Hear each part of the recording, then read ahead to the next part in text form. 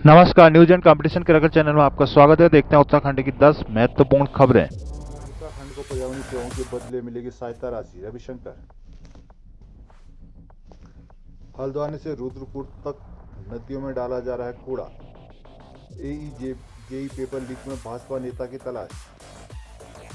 Forest guard भर्ती नकल मामले में सुप्रीम कोर्ट पहुंचा केस। मंत्री अफसर खरीद सकेंगे 35 लाख तक के ई वाहन। गोरी गंगा वैली में तेजी से घट रहा है स्थायी हिमक्षेत्र। हल्द्वानी नगर निगम न्यूनतम आय वालों को दिलाएगा आर्थिक मदद। उत्तराखंड में विधायक नीति की शर्तों में होगा बदलाव। फर्जी डिग्री कांड का मास्टरमाइंड 90 करोड़ की संपत्ति का मालिक है इमलाक। सिंह धारवाड़ के मकान में बढ़ रही हैं फिर से दरारें। देहरादून आधार फर्जीवाड़ा रोकने के लिए आधार के लिए मूल दस्तावेज जरूरी, आदेश जारी किया UIDAI ने। सरकारी अस्पतालों का शुल्क अब होगा समान। ग्रीष्मकालीन राजधानी गैरसैंण में होगा बजट सत्र, प्रेमचंद। उत्तराखंड को मिलेगा ग्रीन एनर्जी मिशन से ज्यादा लाभ, रविशंकर। पूर्व केंद्रीय मंत्री रविशंकर प्रसाद ने कहा कि केंद्र सरकार के ग्रीन एनर्जी मिशन के तहत उत्तराखंड को पर्यावरण सेवाओं का लाभ मिलेगा। उन्होंने बताया कि इस योजना के तहत पर्यावरणीय सेवाओं के बदले सभी हिमालयी राज्यों को धन आवंटन किया जाएगा। यह राशि कितनी होगी, यह योजना के बजट नोटिफिकेशन के बाद ही साफ हो पाएगा। पूर्व केंद्रीय मंत्री प्रसाद ने भाजपा के प्रदेश मुख्यालय में रविवार को पत्रकार वार्ता में केंद्रीय बजट को लेकर जानकारी दी। उन्होंने बताया कि केंद्र सरकार ने बजट में 35,000 करोड़ रुपए के ग्रीन हाइड्रोजन मिशन का ऐलान किया। इसके तहत पर्यावरणीय सेवाओं के बदले सभी हिमालयी राज्यों को अलग अलग रूप में धन दिया जाएगा। उन्होंने बजट में उत्तराखंड के ग्रीन बोनस का प्रावधान नहीं किए जाने के सवाल पर यह जानकारी दी। पत्रकार वार्ता के दौरान भाजपा नेता रविशंकर प्रसाद ने कहा कि केंद्रीय वित्त मंत्री द्वारा पेश बजट में केंद्र सरकार ने राज्यों की कर हिस्सेदारी बढ़ाई है। इसके तहत उत्तराखंड को 2,500 करोड़ रुपये अतिरिक्त मिलेंगे। इसके अलावा कई अन्य मदों में भी उत्तराखंड को पहले से अधिक धनराशि मिलने वाली है।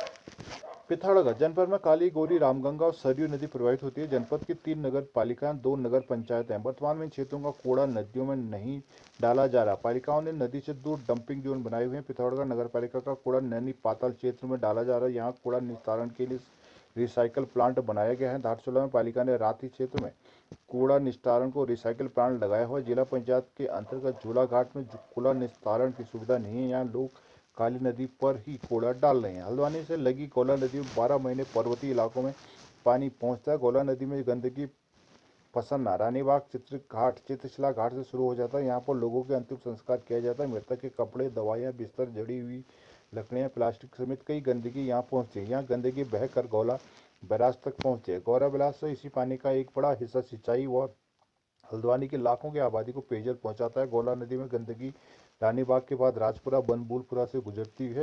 यहाँ के छोटे नाले और शहर की गंदगी को लोग यहाँ पर फेंकते हैं। उधर नैनीताल के पर्वतीय क्षेत्र वाली भवाली तथा गर्म पानी में शिप रहता था कोसी नदी बहती, इनमें कूड़ा नहीं जा रहा। एसडीएम कोशिया कोटली परितोष वर्मा के अनुसार लगातार नदियों में स्वच्छता अभियान चलाया जा रहा है। एईजेई परीक्षा प्रश्न पत्र लीक मामले में आरोपी लोक सेवा आयोग के अनुभाग अधिकारी संजीव कुमार, भाजपा नेता नीतीश चौहान और सुनील सैनी को एसआईटी ने कोर्ट में पेश किया, जहां से उन्हें जेल भेज दिया गया। उधर फरार चल रहे भाजपा मैंगलोर ग्रामीण मंडल के पूर्व अध्यक्ष संजय धारीवाल की तलाश में एसआईटी जुटी हुई है। शनिवार को एईजेई परीक्षा प्रश्न पत्र लीक प्रकरण में एसआईटी ने तीनों आरोपियों को गिरफ्तार किया था। एसआईटी की जांच से साफ हुआ था कि दूसरे अनुभाग अधिकारी संजीव कुमार ने 28 लाख की रकम लेकर जेल जा चुके निलंबित अनुभाग अधिकारी संजीव चतुर्वेदी को प्रश्न पत्र सौंपा। इसके बाद चतुर्वेदी ने पॉलिटेक्निक शिक्षक राजपाल की मदद से प्रश्न पत्र को बाजार में उतार दिया। एसआईटी ने 3 आरोपी संजीव कुमार, सुनील सैनी व नितिन चौहान को गिरफ्तार कर लिया गया, जबकि मुकदमे में नामजद भाजपा नेता संजय धारीवाल हाथ न आ सका। संजय धारीवाल की तलाश में एसआईटी जगह जगह छापे मार रही है, लेकिन वो हत्थे नहीं चढ़ रहा। एसएसपी संजय सिंह ने बताया कि एसआईटी की जांच जारी है। जांच के दौरान तथ्य सामने आने पर कार्रवाई की जाएगी।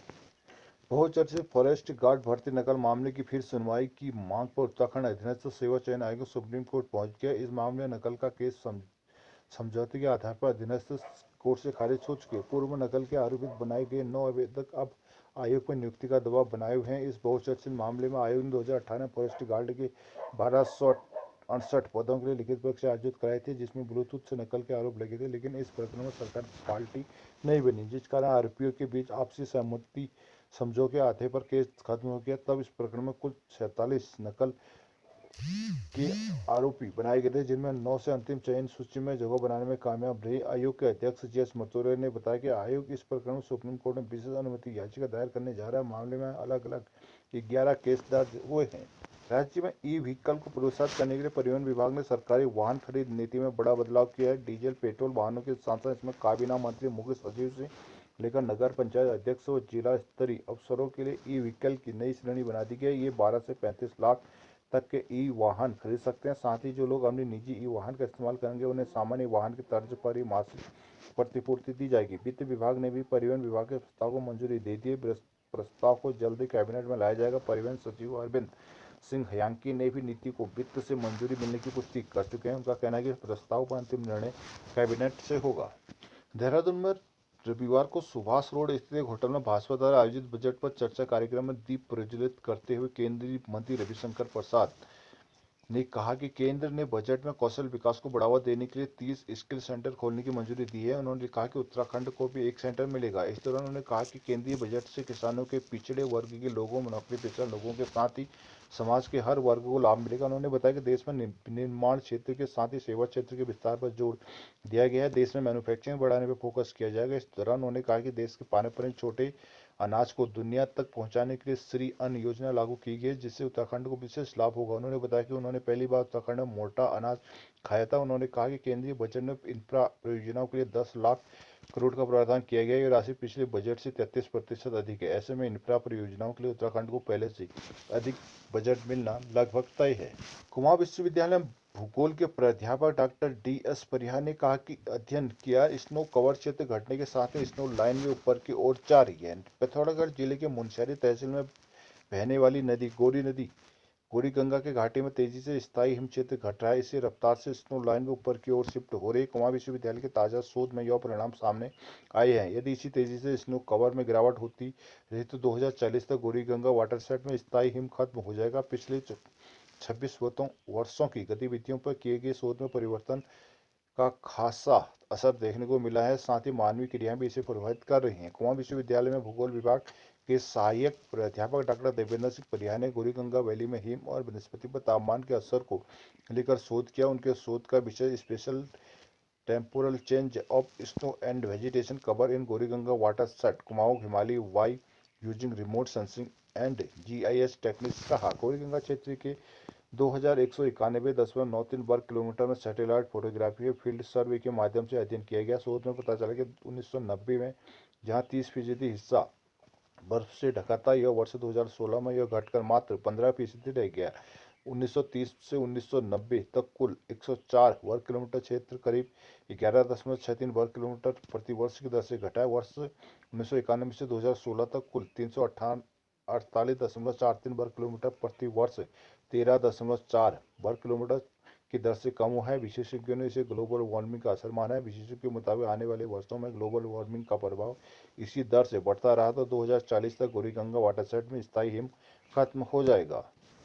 हल्द्वानी नगर निगम अपने क्षेत्र में न्यूनतम आय वाले लोगों को आर्थिक मदद दिलाएगा। इसके लिए निगम क्षेत्र में इकोनॉमिक सर्वे शुरू कर दिया गया है। इसके पहले चरण में निगम क्षेत्र के 641 स्ट्रीट वेंडरों का चयन किया गया, जिन्हें 8 योजनाओं से जोड़ा जाएगा। नगर निगम क्षेत्र में स्वनिधि से समृद्धि योजना के तहत न्यूनतम आय वाले स्ट्रीट वेंडरों का आर्थिक सर्वे शुरू कर दिया गया है। इस सर्वे में इन लोगों के आर्थिक स्रोतों के बारे में पता किया जाएगा। इस जानकारी जुटाई जाएगी ये लोग किन स्रोतों से अपनी आय करते हैं। अगर किसी व्यक्ति के पास आय या रोजगार का साधन नहीं है तो उन्हें 10,000 रुपये तक का लोन जारी आदि दिलाकर रोजगार से जोड़ा जाएगा। इनके अलावा इनके रहन सहन के स्तर का आंकड़ा भी जुटाया जाएगा, जिससे उनका जीवन स्तर बेहतर किया जा सके। कई बिंदुओं को सर्वे में शामिल किया गया है। वहीं सर्वे में इन दोनों को सरकार की ओर से चलाई जा रही 8 योजनाओं से भी जोड़ा जाएगा। नगर निगम इकोनॉमिक सर्वे कराकर न्यूनतम आय वाले लोगों के बारे में जानकारी जुटाकर विभिन्न योजनाओं के माध्यम से लाभान्वित करेगा, जिनकी राशन कार्ड से लेकर सुरक्षा बीमा योजना तक कराया जाएगा। बैंक में इन लोगों के खाते खुलवाए जाएंगे, जिससे यह लोग अपनी एक समुचित बचत कर सकें। इनके अलावा इस योजना में श्रम योग मानधन योजना का लाभ भी दिलाया जाएगा। योजनाओं का लाभ मिलने से इनका जीवन स्तर सुधर जाएगा। हल्द्वानी एसटीएस में नई एमआरआई मशीन लगने का काम तेजी से चल रहा है। मशीन को ठंडा करने वाली कूलेंट मशीन अस्पताल पहुंच गई है। जल्द ही नई एमआरआई मशीन अस्पताल पहुंच जाएगी। एसटीएस में लगी पुरानी एमआरआई मशीन बार बार खराब हो रही है, जिसे नीलाम कर लिया गया है। अब इसकी जगह नई एमआरआई मशीन लगाई जा रही है। कंपनी के कर्मचारी दिन रात काम में जुटे हैं। एमआरआई वाले कमरे में अर्थिंग का काम लगभग पूरा हो गया। अब कॉपर की वॉल दीवार बनाई जा रही है जिससे मशीन से निकलने वाली रेडिएशन बाहर न जा सके। इस काम के पूरा होते ही नई कूलेंट मशीन लगाने का काम शुरू हो जाएगा। प्राचार्य डॉक्टर अरुण जोशी ने बताया कि हमारी कोशिश के मरीजों को जल्द से जल्द एमआरआई की सुविधा उपलब्ध कराई जाए। उधर संयुक्त सैन्य संगठन का गठन रंगारंग कार्यक्रम के साथ किया गया जिसमें आर्मी, नेवी, एयरफोर्स और अर्धसैनिक बलों के पूर्व सैनिक शामिल हुए। कार्यक्रम में समाज में उत्कृष्ट कार्य करने वाली संस्थाओं को सम्मानित किया गया। रविवार को हीरानगर स्थित पर्वतीय सांस्कृतिक उत्थान मंच में हुए कार्यक्रम का शुभारंभ भारतीय तटरक्षक बल के पूर्व असिस्टेंट कमांडर आरपी सिंह ने किया। उन्होंने कहा कि संगठन के गठन का उद्देश्य पूर्व सैनिकों उनके आश्रितों की समस्या को दूर करना है। बताया कि सैनिकों और अर्धसैनिक जवानों की कई दिक्कतों से जूझ रहे हैं। संगठन के माध्यम से सरकार तक उनकी शिकायतें पहुंचाने का काम किया जाएगा। कहा कि सभी को एकजुट होकर कार्य करने की आवश्यकता है। इसके अलावा समाज में छिपी प्रतिभाओं को आगे आकर मंच देना संगठन की प्राथमिकताओं में होगा। इस मौके में सेवानिवृत्त रॉ director Prakash Bhandari, DIG BS Tolia, major BS Rautela, commandant GS Chamiyal, AS Thatola, DM Bohra आदि मौजूद रहे। उत्तराखंड में विधायक निधि की शर्तों में बदलाव किया जा रहा है जिसके तहत विधायक अब महिला, युवक मंगल दलों के साथ ही धार्मिक स्थलों को दोगुना बजट स्वीकृत कर सके। नई शर्तों को आगामी बजट में मंजूर किया जा सकता है। उत्तराखंड में विधायक निधि 2018 में बढ़ी थी। अब विधायक एक बार फिर निधि बढ़ाने के एकजुट हो चुके हैं। पिछले विधानसभा सत्र में विधायकों ने सीएम पुष्कर सिंह धामी के सामने प्रस्ताव रखा था जिसमें सीएम ने सकारात्मक संकेत भी दिए। इस बार विधायक निधि पर लगने वाली जीएसटी को मुद्दा बनाए हुए हैं। विधायकों की मांग है या तो निधि की जीएसटी से मुक्ति की जाए या फिर इसे बढ़ाया जाए। विधायकों की मंशा के अनुरूप ग्राम विकास विभाग ने मौजूदा निधि 4.25 करोड़ से बढ़ाकर 4.5 करोड़ करने का प्रस्ताव वित्त विभाग को भेज दिया था। इसके साथ ही निधि खर्च करने की शर्तों में बदलाव किया जा रहा है। अब तक विधायकों को महिला मंगल दल, युवक मंगल दल को मिलाकर साल में करीब 25 लाख तक देने की शर्त थी जिसे बढ़ाकर 50 लाख किया जा रहा है। मंगल दलों को खेल सामग्री जबकि महिला मंगल दलों को सांस्कृतिक गतिविधियों के लिए राशि उपलब्ध। इसी के साथ धार्मिक स्थलों में जन सुविधाएं जुटाने के लिए बजट खर्च की सीमा 25 लाख से बढ़ाकर 50 लाख की जा रही है जिसमें सिर्फ ऐसे धार्मिक स्थल शामिल हुए जिन्हें पर्यटन विभाग से मदद नहीं मिल पा रही है। सूत्रों के अनुसार आगामी कैबिनेट में उक्त प्रस्ताव रखा जा सकता है। इन बदलावों को आगामी वित्तीय वर्ष से लागू किया जाएगा।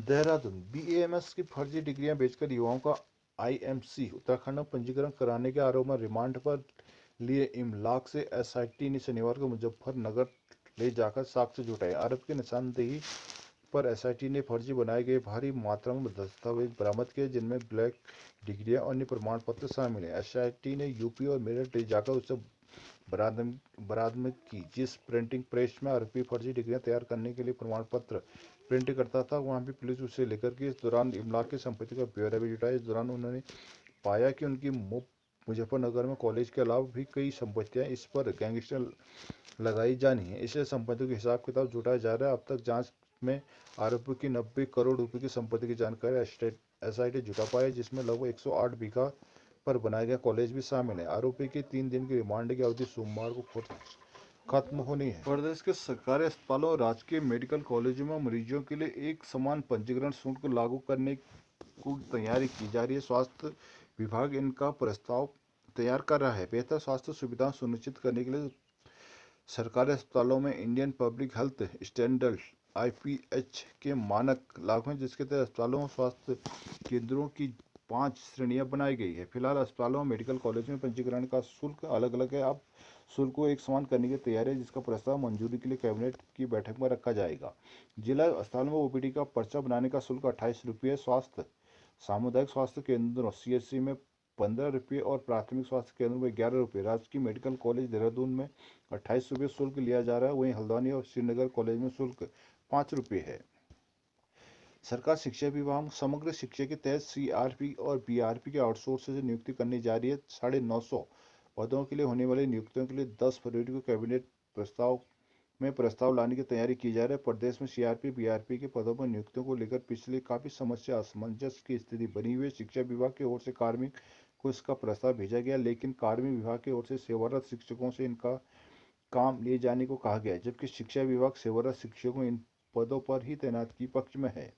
देहरादून नया आधार कार्ड बनवाना या पुराने को अपडेट कराना है तो अब आपको मूल दस्तावेज की प्रस्तुत करने होंगे। पहले वह काम महज पार्षद की मोहर और दस्तावेजों की फोटोकॉपी से ही हो जाता था। फर्जीवाड़े को रोकने के लिए भारतीय विशिष्ट पहचान प्राधिकरण यूआईडीआई ने हाल ही में नियमों के बदलाव कर दिया। नया आधार कार्ड बनवाने और पुराने को अपडेट करने के लिए आवेदक को नाम, पता और जन्मतिथि से संबंधित दस्तावेज प्रस्तुत करने होते हैं। तीनों श्रेणियों के लिए यूआईडीआई ने मान्य दस्तावेजों की नई सूची जारी की है। विधायक, सांसद, पार्षद, तहसीलदार या किसी राजपत्रित अधिकारी, राष्ट्रीय एड्स नियंत्रण नियंत्रक, नारको